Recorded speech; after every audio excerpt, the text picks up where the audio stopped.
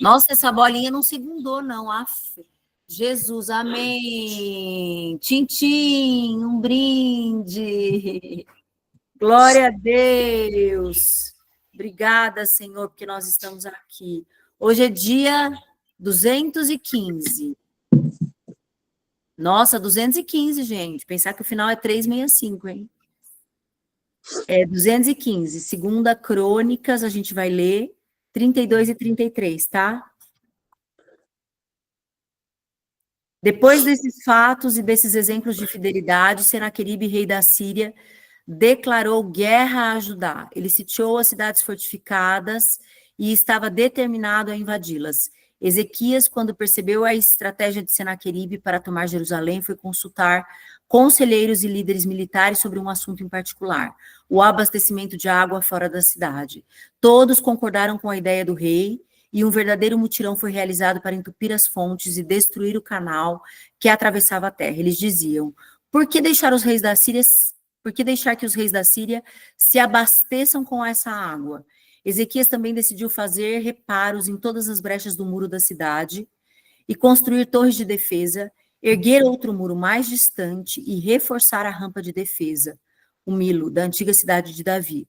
Também construiu um grande depósito de armas para guardar lanças e escudos, e em seguida nomeou oficiais militares para comandarem o povo e convocou toda a população a se reunir na praça central em frente da porta da cidade.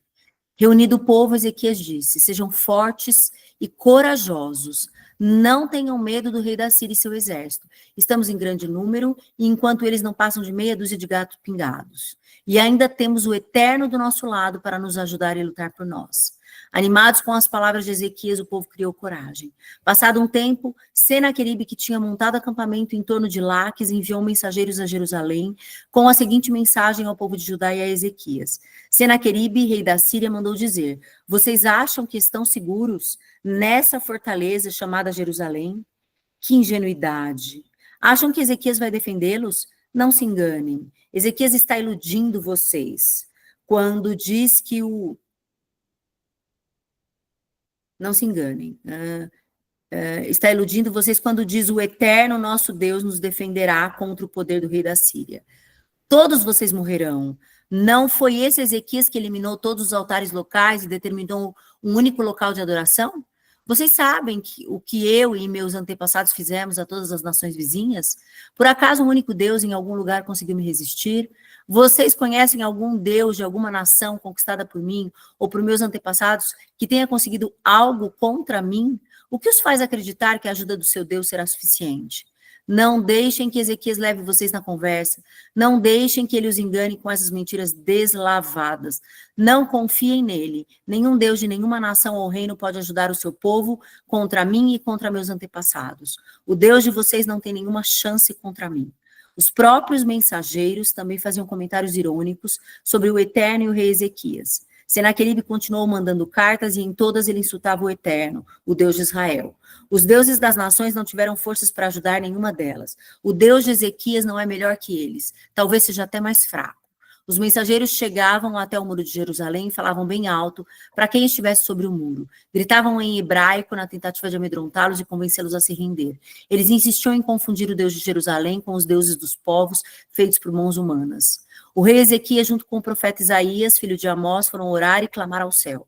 O Eterno respondeu enviando um anjo que destruiu todos os que estavam no acampamento dos assírios, soldados e oficiais. Senaqueribe foi forçado a voltar para casa, envergonhado e humilhado. Quando ele entrou no templo do seu Deus, foi morto pelo seu próprio filho.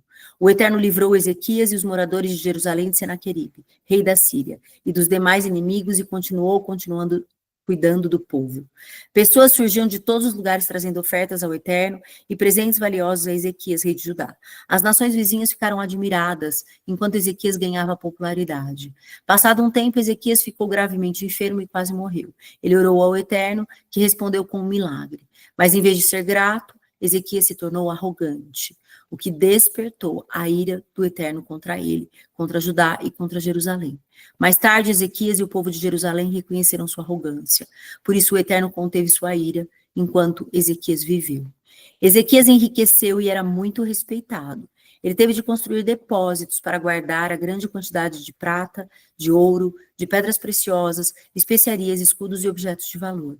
Ele também construiu armazéns para os cereais, o vinho e o azeite, e currais para o gado e para as ovelhas. Fundou cidades para uso próprio e criou enormes rebanhos de ovelhas e bois. Deus concedeu a ele muitas riquezas. Ezequias também foi responsável por desviar a saída superior da fonte de Gihon para o lado oeste da cidade de Davi. Ezequias foi bem sucedido em tudo que ele se propôs realizar. Mas quando os governantes da Babilônia enviaram mensageiros para saber a respeito do milagre que havia acontecido, Deus o deixou por conta própria, para ver o que ele falaria, pois ele queria testar a sua fidelidade. O restante da história de Ezequias e da sua fiel dedicação você pode ler por você mesmo. Está lá escrito na visão do profeta Isaías, filho de Amós, nos anais dos reis de Judá e de Israel. Ezequias morreu e foi sepultado na parte superior do cemitério do rei Davi. Todos em Judá e Jerusalém foram ao funeral. Ele teve um funeral com todas as honras. Seu filho Manassés o sucedeu. Manassés tinha 12 anos de idade quando ele começou a reinar. Ele reinou 55 anos em Jerusalém. Sua mãe se chamava Efizibá. Ele agiu mal diante do Eterno. Reintroduziu todas as práticas imorais e perversas dos povos que o Eterno havia expulsado de diante dos israelitas. Reconstruiu os altares de prostituição que seu pai Ezequias destruíra. Construiu altares e postes sagrados para os deuses da fertilidade, Baal, e para a deusa da prostituição. Aserá, como Acabe, rei de Israel, tinha feito.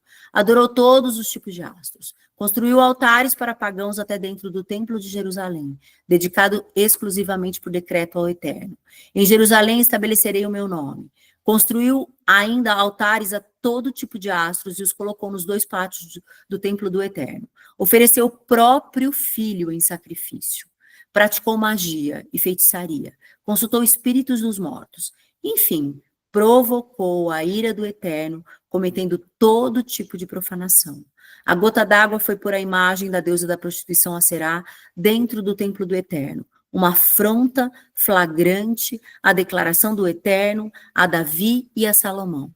Neste templo e na cidade de Jerusalém, que escolhi entre todas as tribos de Israel, estabelecerei o meu nome para sempre.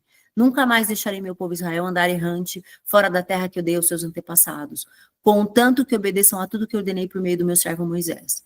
Manassés fez o povo se desviar e conseguiu ser pior que as nações pagãs que o Eterno havia destruído. Assim, quando o Eterno falou a Manassés e ao povo, eles simplesmente o ignoraram. Por isso o Eterno induziu os comandantes das tropas do rei da Síria a prender Manassés. Eles puseram um gancho no nariz e correntes nos pés do rei de Judá e o levaram para a Babilônia. Apavorado, ele se ajoelhou e, arrependido, ele pediu a ajuda de Deus, do Deus dos seus antepassados. Enquanto ele orava, Deus se comoveu, atendeu ao seu pedido, trouxe-o de volta a Jerusalém e lhe devolveu o reinado. Assim, Manassés reconheceu que o Eterno estava no comando. Depois disso, Manassés reconstruiu e elevou o muro externo de defesa da cidade de Davi, a oeste da fonte de Gihon no vale.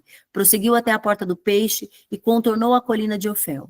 Fortaleceu o sistema de defesa, enviando comandantes militares a todas as cidades fortificadas de Judá.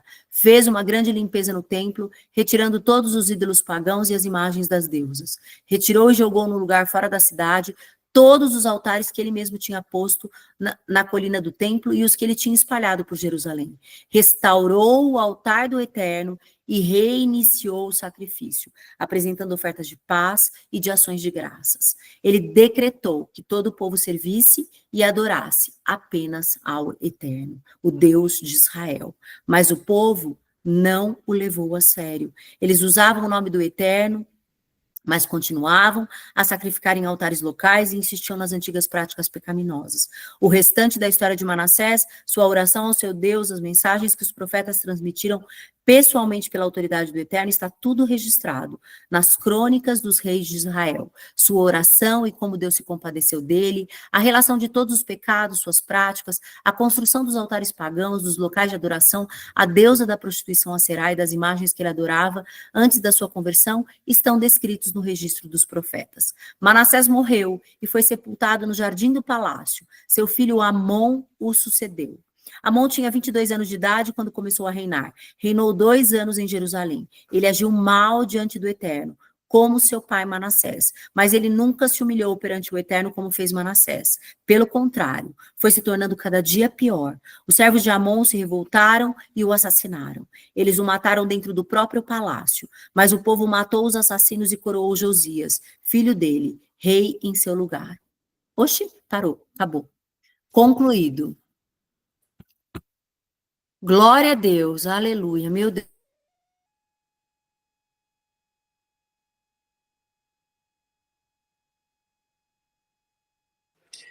Bom dia, povo lindo de Deus. Tudo quietinho, segundou. Ótimo dia. Fui derrubada, mas voltei, sorriam. A gente ama a si mesmo. Oi, Laura, linda. Para a gravação, Tati. O mais importante, eu me levantei e retornei, ó. Tu é linda, Tati. Tu também, Carol. Somos Para a povo de gravação.